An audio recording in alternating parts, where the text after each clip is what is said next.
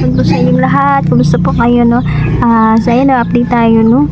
Nako, kaibigang Peter, napakasaya po ng pag-celebrate kahapon, no, sa birthday ng ating Tatay Digong. At saka buong mundo talaga ang nag-celebrate Peter sa kanyang kaarawan. Nako, nakikita ko na daming nagmamahal sa ating mahal na Pangulong si Rodrigo Duterte, at ito yung first time ito sa history na may Pangulo ba na ang mga tao talaga ay sobrang mahal na mahal siya. Palagay nyo ba, kaibigan, mararanasan kaya ito ni BBM, no? Na mahalin din siya ng mga tao tulad nito na si Pangulong Duterte, no? Talagang pinapakita ng mga tao sa kanya na sobrang mahal na mahal siya, no? Kaibigan, ano sa palagay mo, mararanasan din man niya ito, kaibigan, pagdating ng araw?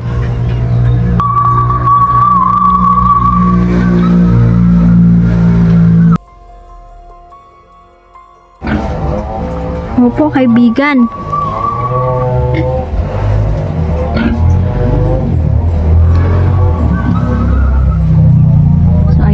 Sabi ni kaibigang Peter, no, hindi daw ito mararanasan ni BBM na mahalin siya ng mga tao. So ayun, nakakalungkot naman, kaibigan, kung gano'n, no. So ayan, itong mga tao talaga ngayon, kaibigan, talagang gising na talaga, no. Tsaka galit na galit talaga sila sa ating presidente na si Marcos, dahil ang mga tao ngayon ay nakikita nila ba at unti-unting nalinawan yung mga taong nagiging bulag dati, no? Ngayon nakikita na nila kung ano ba talaga, no, ang katotohanan na sa administrasyon ni Marcos ngayon, kung ano ba yung pamamalakad. Ibang-iba talaga, no, sa kapanahunan ni Pangulong Duterte at ngayon, no, malaking kaibahan, kaibigan.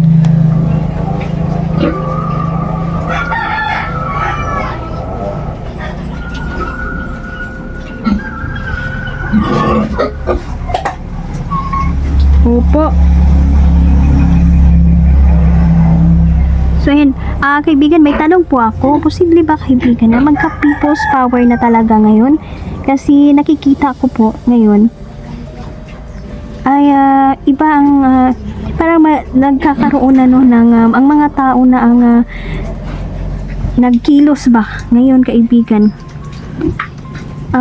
Posible ba, kaibigan, na magkaroon na ng people's power?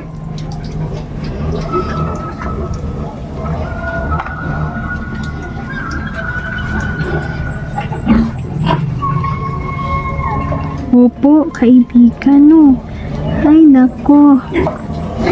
Pero kung magkakaroon man ng people's power, kaibigan, baka ito na naman yung dahilan na magdeklara ng martial law si Marcos. Baka magkaroon siya ng dahilan man, o wag naman sana. Naku, malaking gulo ito kung mangyayari, kaibigan. Opo.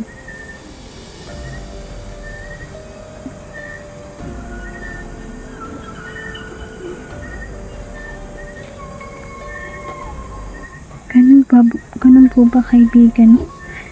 So, ayan, no? Pero sana, kaibigan, no, ngayong eleksyon, sana, no internet voting, kasi posible na mahahack ang mga boto. Sana walang dayaan ngayong eleksyon, at vote wisely na talaga ang mga lahat ng tao. Kasi marami pa tayong kahaharapin, no, na hindi magandang mangyayari. Kaya maging wais na tayo sa pagpili, no? Maging wais na talaga sa pagpili ng mamumuno. Yung kaya tayong ipaglaban, yung matapang, no? Yung matapang na leader, may puso, may awa sa mahihirap, yung hindi korap.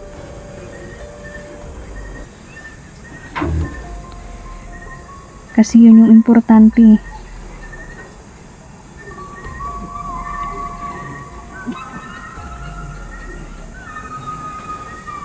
unang-una din no, matatakpin sa Panginoon. No? So ayan no, sana po ay maging payapa na po itong bansa natin, kaibigan, no? Salamat po sa inyong paalala po sa amin.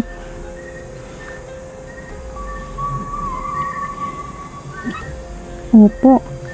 Yan no. Patuloy, sabi ni kaibigang Peter, magpapatuloy talaga sila no sa pag-alerto sa magbibigay po sila ng mga babala.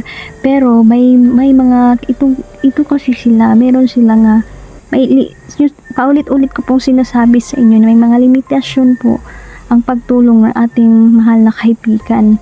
Pero kung babala, no? Kung babala lang, magsasabi talaga sila sa atin, no? Pero may limitasyon kasi sila, no? Sa pagtulong. Pero ngayon, itong tulong nila sa atin na pagbabala, malaking tulong na ito para malaman natin kung ano po ang mga po yung sinabi ng ating kaibigan ngayon, no? Opo. Naku. Oo nga kaibigan, tama. So, nakikita ko po ngayon na buong mundo, lalo na dyan sa ICC kaibigan, galit na ang mga Pilipinong OFW na kinulong si Tatay Digong at nakita nila no kung gaano kamahal ng mga Pilipino si Tatay Digong. Pero maganda yan kasi ang pagrarally po ay nakakatulong talaga, no? Nakakatulong yan. Kasi sa pamamagitan yan ay mapapabilis no ang pag-release kay Tatay Digong. Tama po kayo kaibigang Peter.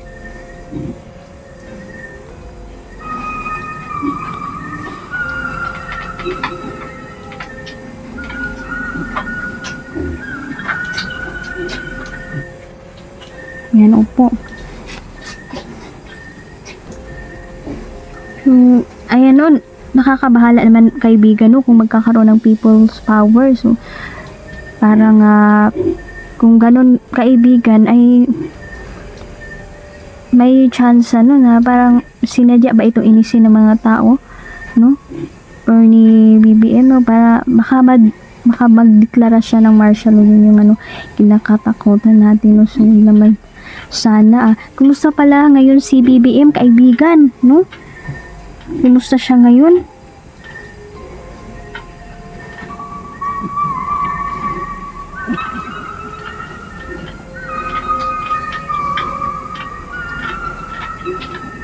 Ngayon, no, hindi daw mabuti no ang kalagayan sa pangangatawan ng ating Pangulo na si BBM ngayon. Nakakabahala naman yan kaibigan, no? Sana magpatingin siya sa doktor kung ganun kaibigan, kung meron na siyang nararamdaman, no? Kasi dapat naunahin niya yung kalusugan niya. Siguro stress siya sa mga nangyayari ngayon, no? Lalong-lalo na no na maraming bumabatikos sa kanya na mga tao, no? Lalong-lalo na siguro no naapektahan siya no sa mga sigaw ng mga tao na mag-resign na po siya.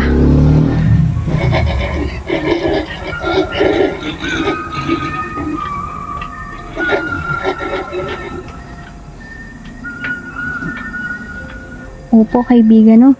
So ayan no, sana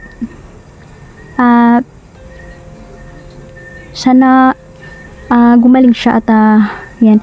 Pagdarasal pa rin natin ang kagalingan ng BBM no. Sana maharap niya po yung mga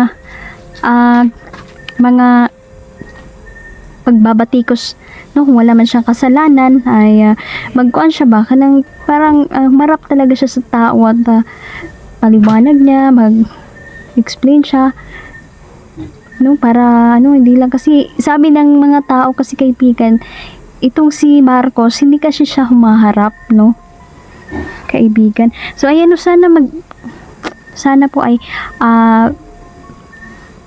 magpatingin po siya sa doktor kasi sabi ni kaibigan no Peter kasi parang malala po yung kalagayan niya ngayon no, dahil yung katawan niya talaga yun ay pabagsak na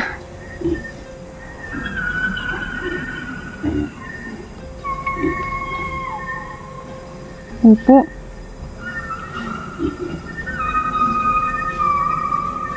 Ay, nako. So, ayan o. Kailangan ingatan din ng ating katawan, no? So, kami po ay natutuwa po mga tao, no? Dahil lalong-lalo na po na si Tatay Digong ngayon ay bumubuti po ang kanyang kalagayan, no? Lalong-lalo sa edad niya, kaibigan, no? Dami niyang dinadamdam, dami ng mga sakit, kaibigan. Sana po gumaling ang ating mahal na Pangulong si Rodrigo Duterte, no? Dahil marami pong naghihintay sa kanya ng mga tao, no? At so ayan, no, ang dami pong celebrate po sa kanyang birthday, no. Ayan, nakakatuwa po ang pagmamahal ng mga Pilipino sa kanya. Opo, tatanong ko lang, meron po akong tanong sa iyo, kaibigan, no. Itong si Amy Marcos, no. Bumabawi talaga siya, no, sa mga tao. Kaibigan, no, sana maisipan niya na i-impeach yung ano niya, yung kapatid niya, kaibigan. Sana po talaga maisipan niya yun.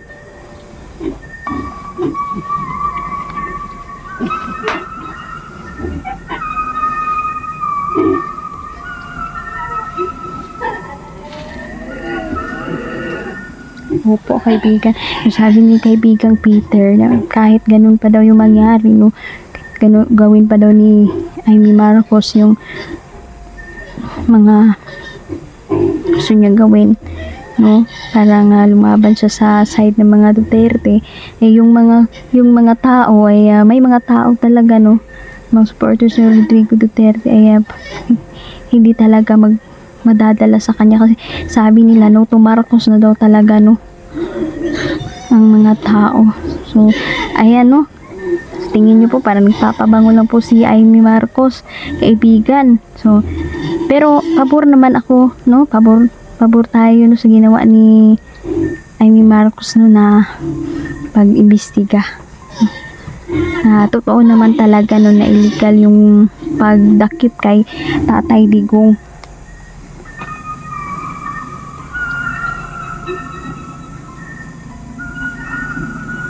Opo, kaibigan, tama po yung sinabi niyo. So, yan, no.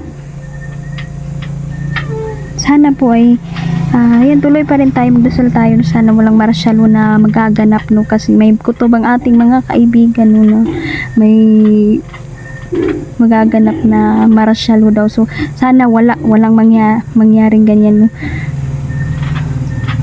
Dahil paano na lang. At sabi ni kaibigang Peter na ayan, no, mananalo, no, yung mga yan aliado ni Pangulo, no. At pag manalo ay sigurado na si BP Sara walang impeachment na magaganap. So ayan, salamat po kaibigan, no. Salamat po sa inyo sa mga sinabi nyo ngayon, pero nakakalungkot, no, kakalungkot pa rin kasi itong kalagayan pala ni Marcos ngayon, may iniinda pala siyang karamdaman sa kanyang katawan, no. So dala na ng stress mga nangyayari, no. Sana, no, sana po ay gumaling na din po siya, no. Sana lahat ng magkakasakit, panalangin natin, no, lahat tayo ay hipuin at pagalingin ang ating mahal na Panginoon. Opo, kaibigan. Ayan, no, maraming salamat pala. Yan ang oras po namin ngayon is gabi na. Naputol kasi yung pag-uusap namin kanina kasi nalubat po ako, tsaka nag-brown out na naman, kaya ngayon lang po na-continue. Yan, no, medyo maingay kasi may mga alagang hayop tayo dito. So, ayan no, mag-ingat po kayo, lalong-lalo na po no, sa mga lindol no, na paparating. At sana po magdasal tayo no, para mapipigilan ito no, sa pamamagitan ng ating pagdasal no.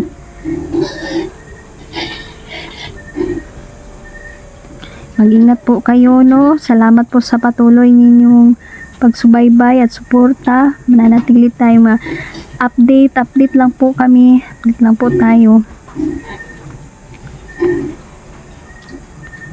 At salamat no.